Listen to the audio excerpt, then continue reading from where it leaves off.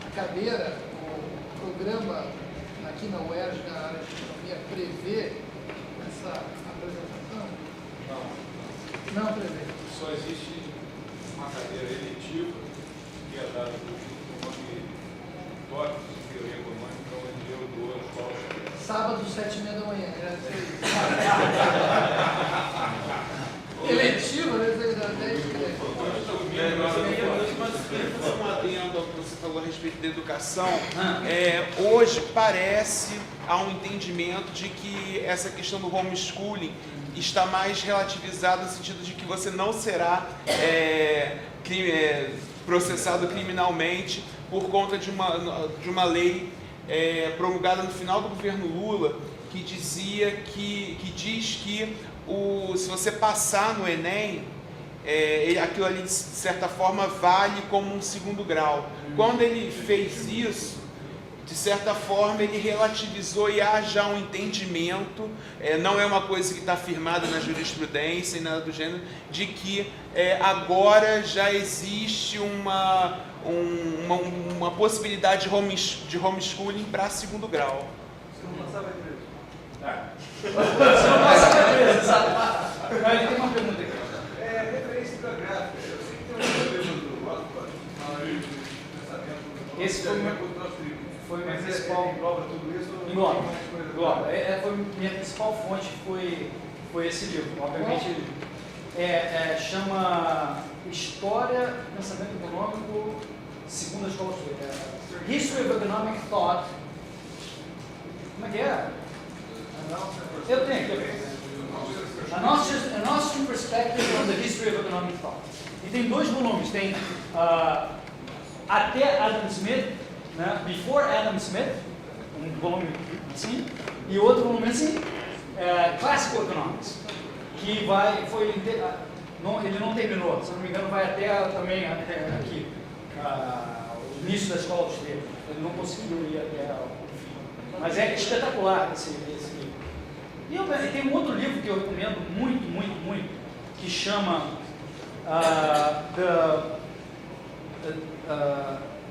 The History and Method of the Social Sciences, do Scott Gordon. Esse livro é magistral. Não é austríaco, não tem nada a ver com visão austríaca, nada disso. Mas esses 2 livros foram a base para a minha apresentação. O livro do Rothbard não engloba tudo isso, não fala sobre ciência natural, metodologia que eu falei, nada disso. Isso eu peguei do Scott Gordon. The History and Method of the Social Sciences. Scott Gordon. É um livro caro, difícil de achar. Mas, se eu não me engano, custa 5 dólares. Mas eu não duvido que o Torres tenha isso de uma forma mais fácil de obter. O seguinte, o que você acha do processo de adotar conquistas para a educação? Seria conquistas para a educação? Para a educação. Seria válido aqui no Brasil tentar criar um ambiente propício a esse tipo de coisa? Para quem não conhece, o voucher seria um cupom educação. A ideia proposta pelo Friedman seria de que ao invés de haver educação estritamente pública, fornecida pelo governo, não só fornecida e gerenciada pelo governo, você teria a educação fornecida pelo governo, mas não gerenciada pelo governo. Você receberia um cupom, cada pai de aluno receberia um cupom, um valor X mensal, que daria direito a você escolher a escola do seu interesse, né, que passaria a ser gerida, vamos dizer, com regras mais do mercado privado, e isso então, na opinião do Friedman, levaria levaria ao livre mercado. Né? Não é o mesmo que o livre mercado. Né? Em primeiro lugar, o governo, sendo o cara que está pagando tudo isso, vai ter uma enorme influência sobre o currículo dessas escolas. Né? Eu acho que é um avanço, não há dúvida de que é um avanço. Né? Ele identificou um principal problema. Se a escola do bairro, que é onde você é obrigado o cara a colocar o seu filho, está lá, não tem competição, e o cara tem que escolher entre um ou outro, que todo mundo, ninguém tem o incentivo de trabalhar melhor, isso vai ter uma educação péssima. Eu costumo dizer o seguinte, que o governo tem uma lógica que é inversa ao mercado privado. No mercado privado, quanto melhor o trabalho que você faz, ou o serviço que você faz, mais dinheiro você recebe. O governo é o inverso. Quanto pior, mais você recebe. Você diz o seguinte, porra, a educação está uma merda, precisa de mais verba. Então, quanto pior ficar, né, se uma escola passa a trabalhar muito bem, os governantes vão falar, aquele lá não precisa receber. Né? Então, aquele não recebe nada. O que recebe é o incompetente. Então, a lógica governamental é péssima, economicamente falando. Né? Mas voltando à questão dos vouchers, é um avanço, não é uma solução definitiva. Eu acho que o que aconteceria é o governo continuaria controlando as escolas, provavelmente continuaria dando verba para cobrir incompetências de escolas que não conseguissem voucher suficiente. Ou seja, você teria o pior dos dois mundos. Você teria, como contribuinte, do ponto de vista do contribuinte, você pagaria pelo voucher, que nasceria provavelmente sendo quase o mesmo gasto que hoje é gasto, talvez um pouco menos, mas você também teria que tapar os buracos dos incompetentes. Esse é o risco que você correria numa solução como o voucher. Ou seja, isso passaria a ocorrer, de fato. Eu acho que a chance disso ocorrer é grande e você não está tirando o Estado da educação. Eu gostaria de convidá-los a conhecer o programa de superação da miséria extrema, que é um programa de cunho federal, a despeito da origem, obviamente, provavelmente do seu viés de diferente natureza, não é o dele, mas o programa que eu conheci, ele está calcado, é um programa novo, ele eu diria que é sucedâneo ao Bolsa Família, que eles começaram a tentar descaracterizar o aspecto assistencialista. E esse programa está baseado em 3 pilares.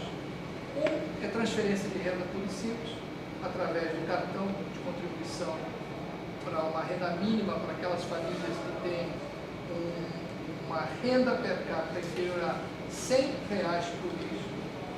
O segundo pilar dessa iniciativa é o da retenção e formação do jovem na escola a partir da promoção de uma poupança que ele vai retirar a partir da aprovação no exame do Enem depois de algum tempo, e tem valores que são contribuídos anualmente e ao final a liberação dos recursos a partir do aproveitamento escolar.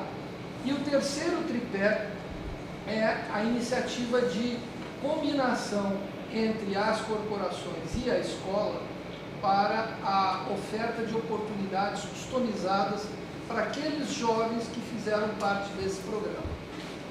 O que eu acabei de falar aqui em alguns minutos, ou 1 minuto, certamente demora uma eternidade em termos de execução. Não é uma coisa simples, porque ele envolve diferentes agentes públicos, mas ele pode ser encarado, aliás, isso aqui talvez seja uma pergunta, como um embrião de iniciativas dessa que o meu colega aí da frente colocou.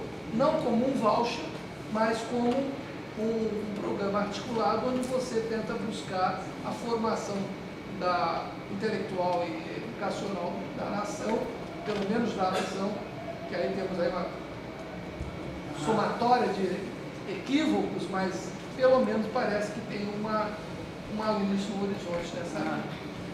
Os pontos que eu faria, vamos dizer, analisando sobre a ciência econômica desse negócio é o seguinte.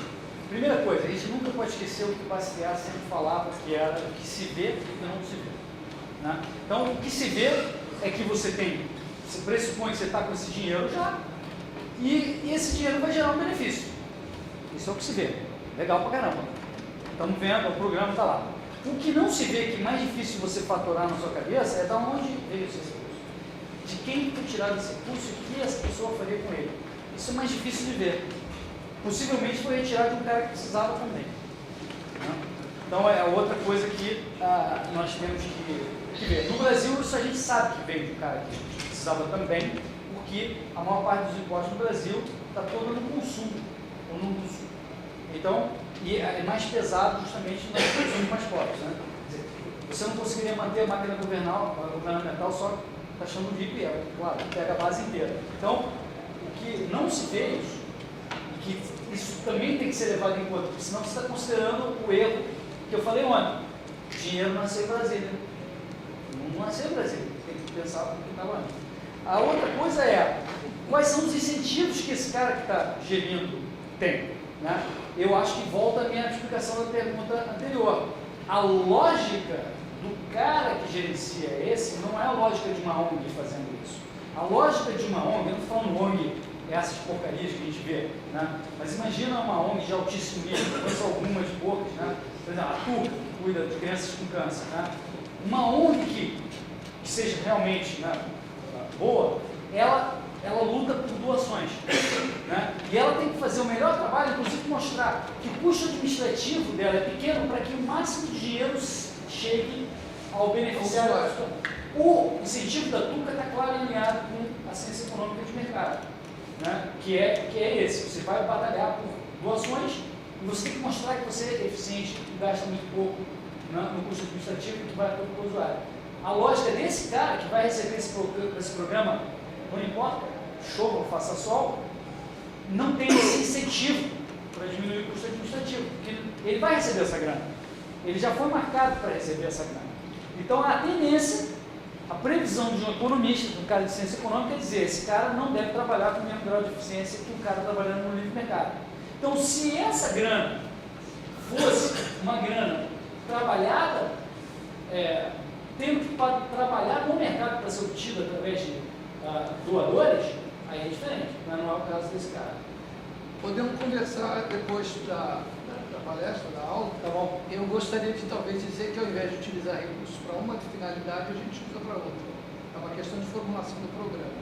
Na origem ela teve um problema, mas a gente está tentando qualificá-la melhor. Mas vale para te convidar a ser membro do conselho que vai desenvolver esse programa. Aí eu já não sei.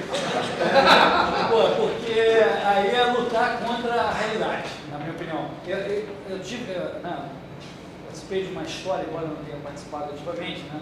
Eu faço parte de alguns conselhos de algumas empresas, você sabe bem, e uma delas foi na época do Serra, governador de São Paulo, que estava convidando empresários para ajudar a administrar melhor as escolas, né? Então chamou alguns empresários, inclusive o CEO dessa organização, para ir lá adotar, né, uma escola, etc. Né? E é um cara que nunca ouviu falar de escola austríaca, etc.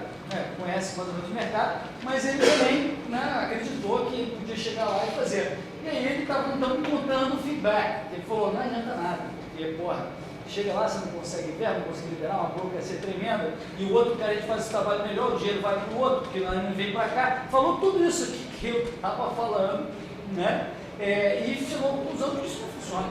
Né? Então ele falou, não funciona, não dá. E eu disse para ele, não funciona porque não tem competição pelo dinheiro. Ele falou, é isso. Ele concordou. É isso. Então, é uma luta em glória. Né? O que não quer dizer que não gera um benefício. De novo, dado que o dinheiro nasceu, é claro que gera benefício. Eu entendo isso. E entendo também que dependendo dos esforços de caras como você, que tem um altruísmo incluído, que tem uma competência, uma experiência empresarial, é óbvio que se pode melhorar para estar lá. Não estou discutindo nenhuma dessas duas coisas. Estou discutindo que esse dinheiro poderia ser melhor aplicado e que o incentivo que você vai lutar e você vai se frustrar. Na minha opinião, não sei quanto tempo já está lá, mas a minha impressão é de que vai haver muito mais frustração do que felicidade em relação à eficiência da coisa.